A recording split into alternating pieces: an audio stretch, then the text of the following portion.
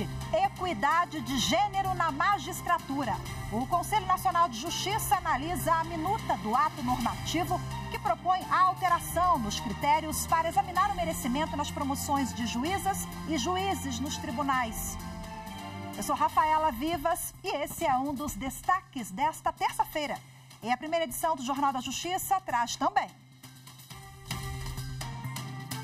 a ação penal dos atos antidemocráticos será julgada no plenário virtual do Supremo Tribunal Federal. Ministro Dias Toffoli, do STF, anula a decisão do Tribunal Regional Federal da 4ª Região, que declarou a suspeição do juiz Eduardo Apio, da 13ª Vara Federal de Curitiba. E ainda, Tribunal de Justiça do Distrito Federal realiza nesta semana Seminário Internacional de Gestão e Inovação no Judiciário.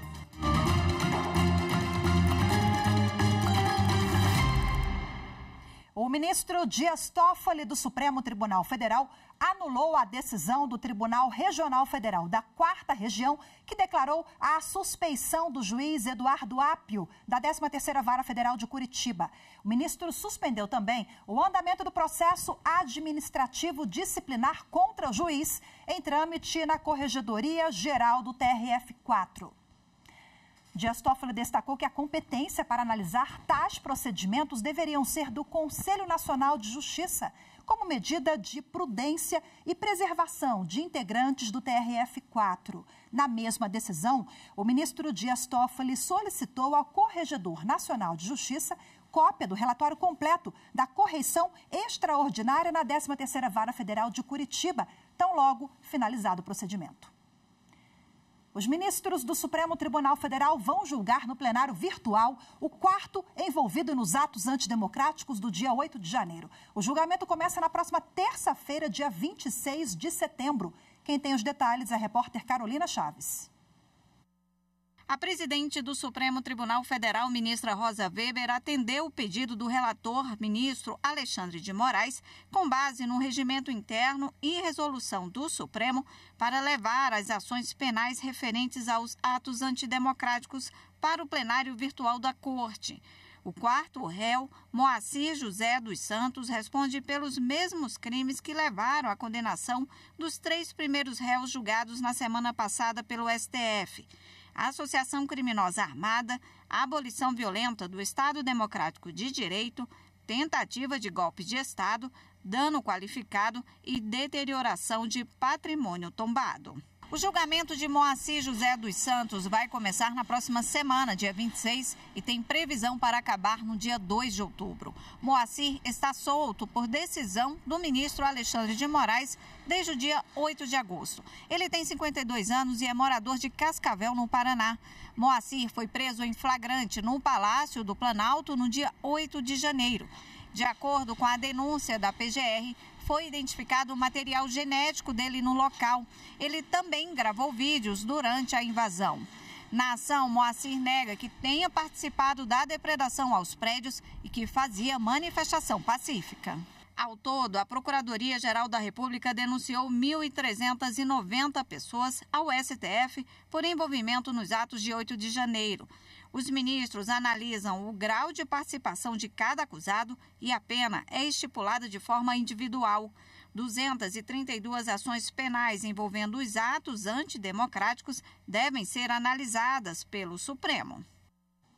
Bom, os advogados e procuradores poderão apresentar as sustentações orais até às 11h59 da noite do próximo dia 25, segunda-feira. A 6ª turma do Superior Tribunal de Justiça decidiu que gravação feita com auxílio do Ministério Público deve ter autorização judicial. Mais informações com a repórter Jéssica Castro. O caso julgado estava relacionado ao reconhecimento da ilicitude de uma investigação feita pelo Ministério Público de Goiás, no âmbito da Operação Poltergeist.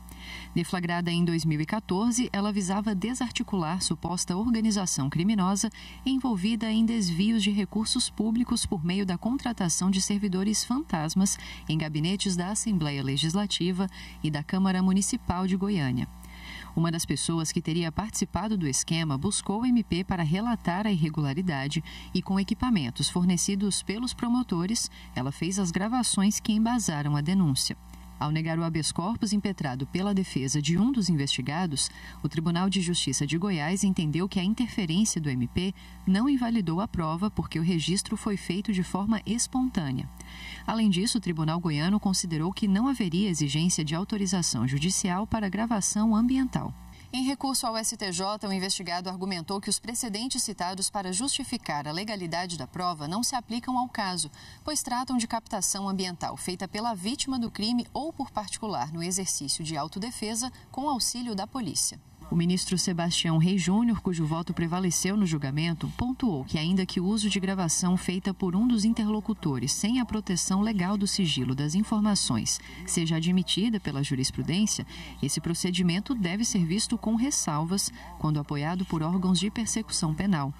Para a sexta turma, a autorização judicial é indispensável para evitar que a cooperação com o órgão de persecução penal se torne abusiva, tendo em vista que, nessa circunstância, a atuação do particular o aproxima da figura do agente colaborador ou infiltrado.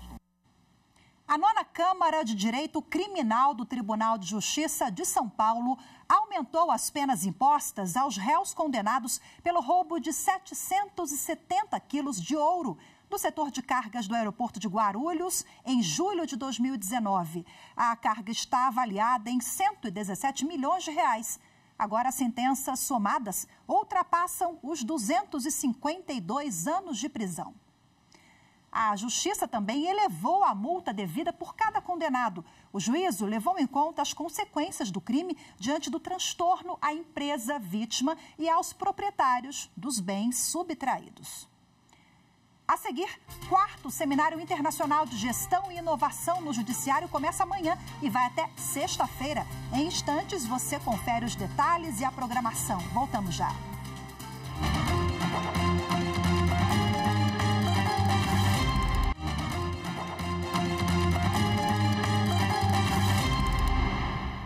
Começa amanhã e vai até sexta-feira o 4º Seminário Internacional de Gestão e Inovação no Judiciário. O evento, promovido pelo Tribunal de Justiça do Distrito Federal e Territórios, busca facilitar o acesso à justiça por pessoas em situação de vulnerabilidade. Quem tem os detalhes do evento é a repórter Carolina Chaves. Na 4ª edição do seminário, ministros do Supremo Tribunal Federal, professores, magistrados e operadores de direito de outros países vão discutir novas ideias e boas práticas para melhorar a prestação jurisdicional, viabilizando o acesso à justiça por pessoas em situação de vulnerabilidade. O tema surgiu da necessidade de conhecer a dificuldade que essa parcela da sociedade enfrenta para acessar a justiça e ter os direitos preservados. Também serão abordados no encontro temas como direitos humanos, Estado democrático de direito, julgamento com perspectiva de gênero, raça e etnia, inovação e inclusão digital. O evento é aberto a toda a sociedade e será transmitido pelo YouTube. E agora, para falar mais sobre esse seminário, eu converso de forma remota com o juiz do Tribunal de Justiça do Distrito Federal e Territórios e também coordenador-geral da Escola de Formação Judiciária do TJDFT, doutor Fabrício Lunardi. Seja muito bem-vindo, um prazer conversar com o senhor novamente. Explica para a gente, esse seminário nós já estamos na 4ª edição. Como é que os senhores formulam, quais os temas que serão abordados e qual o grande slogan deste ano? Obrigado, Rafaela. Sempre um grande prazer estar aqui com vocês e poder conversar com os telespectadores da TV Justiça. Sempre uma grande honra para mim. Neste ano, o nosso seminário é o 4ª edição do Seminário Internacional de Gestão e Inovação. A gente buscou trabalhar esse aspecto mais humano de acesso à justiça. Isso porque nos outros a gente trabalhava questões da justiça digital, questões referentes à justiça pós-pandemia, justiça trabalhando em rede, e agora, então, aspectos mais de eficiência, de inovação e tecnologia. E neste ano a gente resolveu focar nessa questão do acesso e da humanização. Então, são dois eixos muito importantes para a justiça e a gente queria, neste ano, focar neles. Então, a gente vai trabalhar a questão de como funciona o acesso à justiça por pessoas e grupos em situação de vulnerabilidade. Então, esse é o grande slogan do nosso seminário internacional deste ano. Doutor Fabrício, quais são os palestrantes? São muitos, mas eu queria que o senhor destacasse alguns, e serão 3 dias de trabalho, não é isso? Exatamente, serão 3 dias de trabalho, então 20, 21 e 22 de setembro agora. As inscrições vão até hoje, aliás, né, para quem quiser se inscrever, dia 19, então 20, 21 e 22 de setembro, um horário super amigável, né, das 9 ao meio-dia, para todo mundo poder participar também. E a gente tem palestrantes nacionais e internacionais de renome. Então, a gente buscou pegar os principais nomes, né, do Brasil nessa área e trazer para o Congresso. Então, a palestra de abertura é com o ministro Luiz Edson Fachin. A gente também tem grandes nomes, professores estrangeiros, são 4 professores estrangeiros. A gente focou em Portugal e na Espanha por essa questão mais humana, parecida com o Brasil. Então, por exemplo, tem o professor que é coordenador do programa de doutorado da Universidade de Salamanca, está conosco, o professor Lorenzo Burrosa Varela, José Díaz Lafuente, da Universidade de Madrid, o professor Pedro Correia, da Universidade de Coimbra, a professora Bárbara Stock, da Universidade de Sevilha, e outros grandes nomes nacionais, juízes auxiliares do STF, do CNJ, grandes nomes todos que vão estar falando sobre sistemas que são imprescindíveis para todos nós. Muito bacana. Essa troca de experiências, né, esse diálogo é sempre importante para o crescimento, para a gente poder ali afinar os gargalos que ainda existem. Agora, na avaliação do senhor, doutor Fabrício, como é que o senhor enxerga a atuação do Poder Judiciário brasileiro voltado às pessoas com maior vulnerabilidade social e econômica de todas essas esferas? Rafael, eu acho que a gente está evoluindo.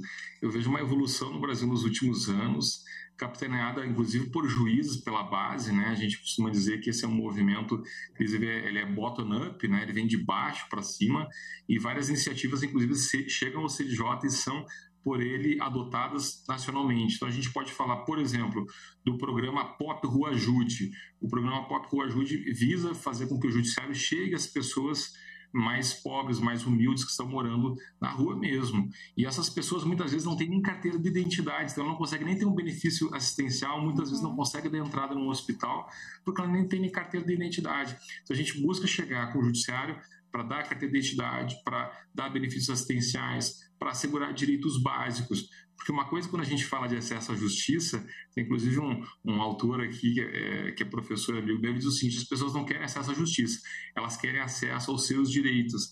Então, quando a gente fala em acesso à justiça, é nesse sentido amplo, das pessoas conseguirem ter acesso aos seus direitos, sobretudo os direitos básicos. Então, a gente, por exemplo, tem o programa POP Rua Ajude, tem, né, programas envolvendo a vara de violência doméstica, várias coisas envolvidas no país que são referência. Temos, por exemplo, a Central do Idoso, para focar nos idosos, a vara de infância e juventude, tem vários programas, a gente tem uma boa estrutura para adoção, inclusive que é referência internacional. O CNJ, inclusive, capitaneando essa questão da linguagem de gênero e raça, obrigando, inclusive, as escolas judiciais a darem cursos, darem formação para que os juízes possam utilizar a linguagem de gênero e raça na condução dos seus processos. A própria questão da justiça digital, como você bem falou no início, a gente consegue hoje, tem outras oportunidades, tem 2 orientandos meus hoje no programa de mestrado em FAM, que eles foram para o interior da Amazônia. Então, antes não conseguia chegar, né, 24 horas de barco para chegar até lá. Se a gente tiver um ponto da internet, um equipamento, a gente consegue levar a justiça para essas pessoas, né? Inclusive, a ação, uma dessas ações chama Ação Cidadania, foi no meio da Amazônia. 24 horas de barco, levaram toda a equipe, todo mundo para lá. Então, a gente tem boas iniciativas, mas a gente tem atraso em vários aspectos. É isso que a gente quer discutir, quais são os nossos avanços e o que a gente pode, inclusive, se espelhando em outros países, a gente buscar trazer para o Brasil. Perfeito, interessante o senhor colocou, nós temos um país continental, né? E esse é um dos grandes desafios, né? Interior, a Amazônia, como o senhor citou. Muito bem, muito obrigada pela sua participação, que seja muito produtivo, certamente será esses próximos 3 dias. As inscrições estão abertas no site do TJDFT, doutor Fabrício. Isso, exatamente. Então, lembre que as inscrições se encerram no dia 19 e que o evento é 20, 21 e 22. As inscrições são gratuitas, o evento é inteiramente virtual, inscrições gratuitas, pode ser pelo site do TJDFT ou colocar ali o nome do seminário, 4º Seminário Internacional de Gestão e Inovação, Acesso à Justiça por Pessoas e Grupos Vulneráveis, em qualquer buscador, e fazer a inscrição. Aqueles que participarem até o final ganham um certificado de 9 horas e, como falei, inteiramente virtual, gratuito, os grandes nomes, os grandes temas do acesso à justiça e da proteção de grupos vulneráveis. Então, evento imperdível, espero vê-los todos no nosso evento. Muito bacana, aberta à sociedade também, operadores do direito, mas aberta à sociedade, participem. Parabéns pela iniciativa, mais uma vez, um prazer conversar com o senhor. Forte abraço, até a próxima. Grande abraço, Rafaela, muito obrigado a você, a todos que nos assistem e até a próxima. A seguir, as informações sobre a sessão de hoje do Conselho Nacional de Justiça. Voltamos já.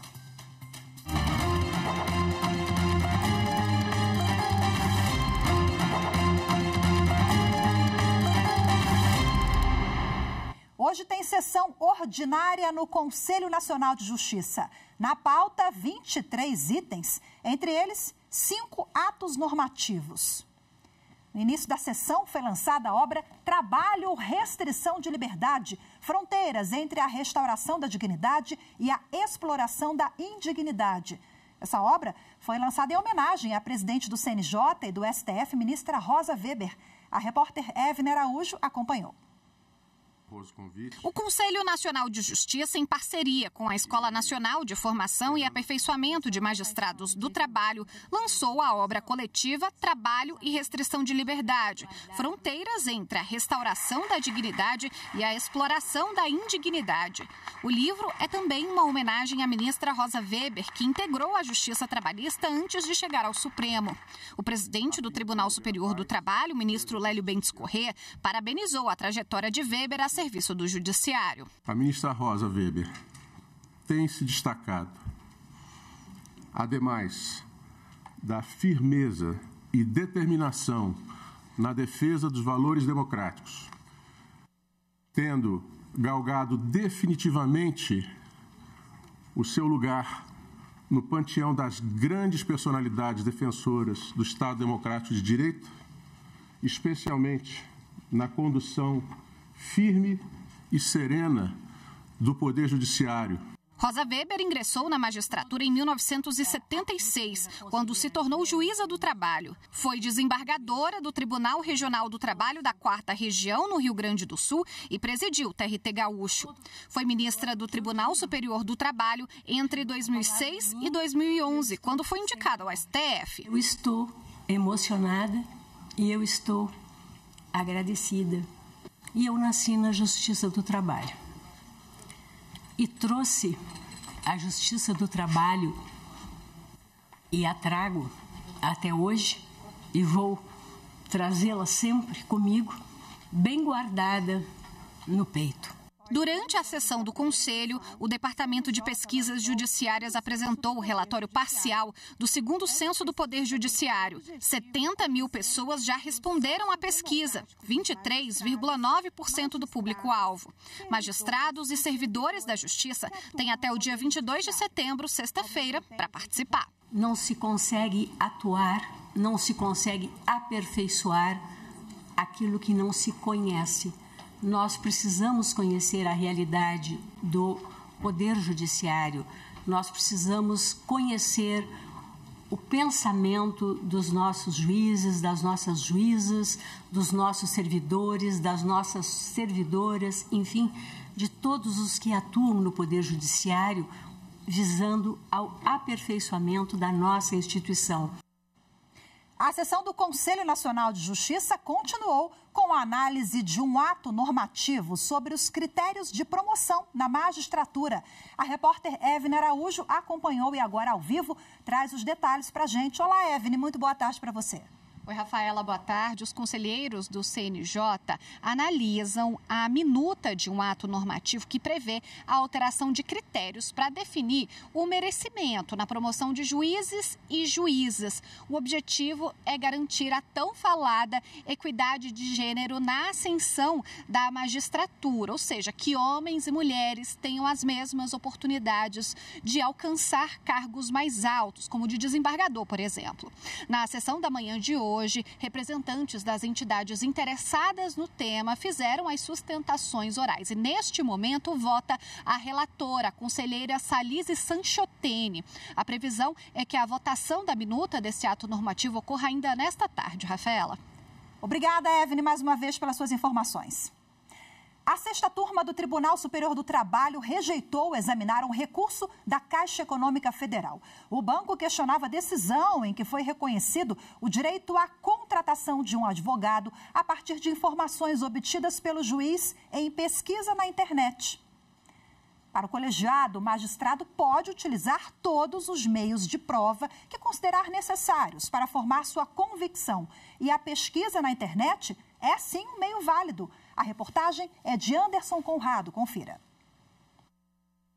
O advogado havia sido aprovado em 35º lugar no concurso público da Caixa Econômica Federal de 2012 para cadastro reserva em Belo Horizonte, Minas Gerais. Contudo, a expectativa de contratação estava sendo frustrada porque o banco vinha contratando escritórios de advocacia. Na ação, o profissional buscava ver reconhecido o direito dele à nomeação no cargo de advogado júnior. O pedido foi inicialmente negado pelo juízo de primeiro grau. Mas para o Tribunal Regional do Trabalho da Terceira Região, em Minas Gerais, a Caixa não conseguiu demonstrar as diferenças entre as atividades desempenhadas pelos seus advogados concursados por profissionais terceirizados e por escritórios credenciados.